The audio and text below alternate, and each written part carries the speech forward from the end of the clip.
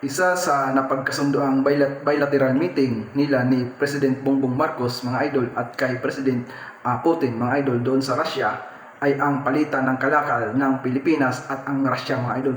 Good news to para sa dalawang bansa, mga idol. Panoorin po natin ang balitang ito, mga idol. Isinulong ni Pangulong Bongbong Marcos sa pulong nila ni Russian President Vladimir Putin ang palitan ng mga kalakal tulad ng mga agricultural products at energy stores tulad ng langis.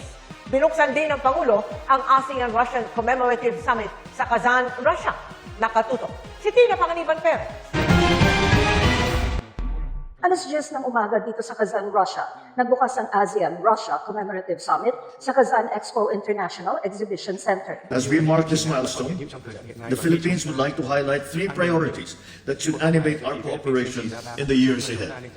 First, peace, security, and stability. Second, a more dynamic economic partnership. Food and energy security deserve a particular attention, as these are the foundations on which broader stability rests.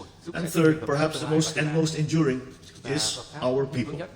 Napakahigpit ng seguridad papasok dito sa Kazan Expo. 3 security checks yung dinaanan natin at kahit candy at gamot, kinukumpiska. Kahapon nagsagawa ng bilateral meeting ang dalawang pangulo. Bago sila magsimula, pinaalala pa ni Putin kay PBBM na isuot ang kanyang earpiece para marinig ang interpreter. Nagsalita sa Russian si Putin, habang Ingles naman si Marcos. Sabi ni Putin, magandang pagkakataon ang paghaharap para suriin ang kasalukuyang kooperasyon ng Pilipinas at Russia. Isinulong ng dalawa ang pagpapaigting sa kalakalan sa pagitan ng dalawang bansa. Apparently, we are approaching the present threshold with an immense capital of mutual beneficial cooperation underpinned by good traditions of mutual respect and respectful legitimate interests of each other. Last year, bilateral trade exceeded $0.5 billion. Of course, this is far from the limit, and of course, there is a good potential to enhance supplies of agriculture and energy resources.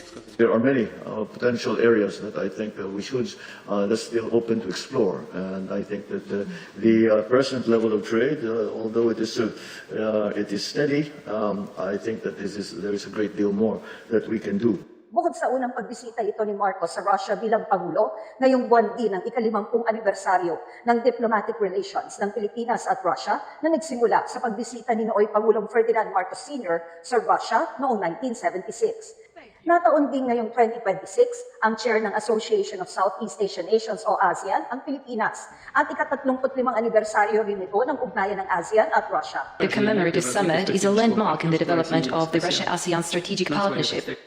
Binati rin ni Putin ang mga Pilipino sa pagunita ng Araw ng Kasarinlan noong June 12 na nagkataong isa ring national holiday sa Russia. Nagpasalamat ang Pangulo sa mainit na pagtanggap ng Russia sa Pilipinas at ASEAN at inimbitahan ni PBBM si Putin sa 21st East Asia Summit na gaganapin sa Maynila sa darating na Nobyembre.